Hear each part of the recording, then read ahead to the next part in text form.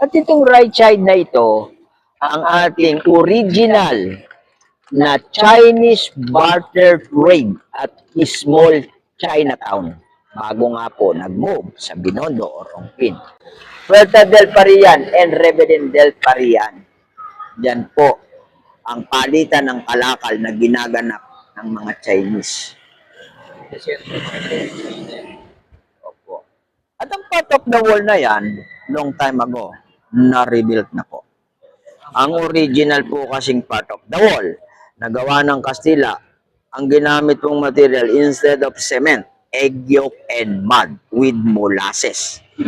At apong para magdikit-dikit ang strong rock of the way from the mountain. Yan po ang history niyan. At ang gumawa po niyan ay hindi Kastila. Ang gumawa niyan ay mga Pilipino. During the time, ang original name of Filipino that was called Indio.